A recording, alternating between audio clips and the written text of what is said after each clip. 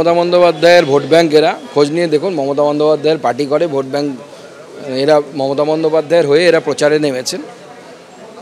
কারা ধরা পড়ছে, তাদের নামের লিস্ট, তারা নাগরিক কিনা সেটা পশ্চিমবঙ্গে পাঠানো হয় সেই সরকারের পক্ষ থেকে।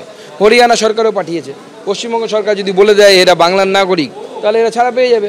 পশ্চিমবঙ্গ সরকার বলতে দেরি করছে ইচ্ছে করে, যাতে এই ধরনের এদের উপর অত্যাচার হয় এবং এরা সেটা বাইরে বলতে পারে। কল্যাণ বন্দ্যোপাধ্যায় তিনি অভিযোগ করেছেন, একদিকে মমতা বন্দ্যোপাধ্যায় যখন দিল্লিতে পরিযায়ী শ্রমিকের পরিবারকে মারধরের অভিযোগে সরব হচ্ছেন, তখন কল্যাণ বন্দ্যোপাধ্যায় তিনি বলছেন যে ভিন রাজ্যে বাঙালিদের হেনস্থা করা হচ্ছে, সারা দেশে বাঙালিদের ওপরে অত্যাচার করা হচ্ছে।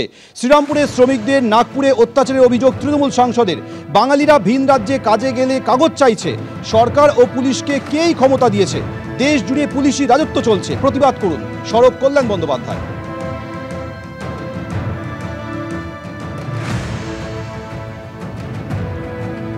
আজকে দেখা যাচ্ছে সারা ভারতবর্ষে বাঙালি দেখলেই বাঙালিদের উপর অত্যাচার করা হচ্ছে।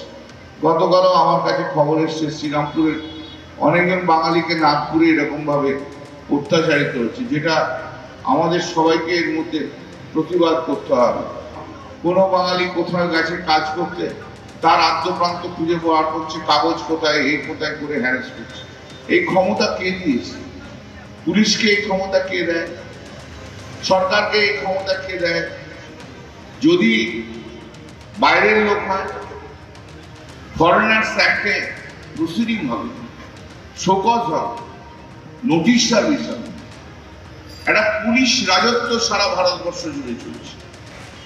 ইলেকটোরাল রোলে আমি নাম তুলবো কি তুলবো না, এটা আমার অপশন।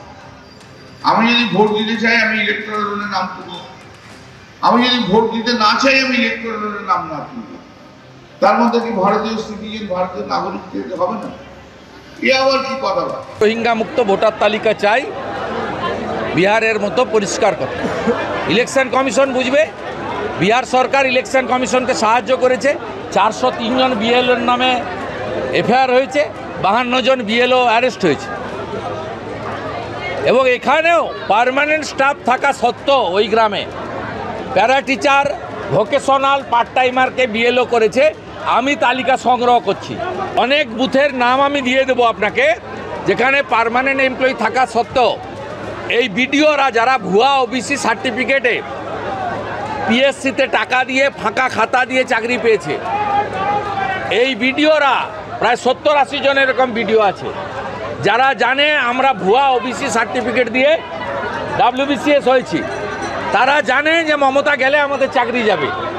সেই লোকেরা এই পার্মানেন্ট স্টাফ থাকা সত্ত্বেও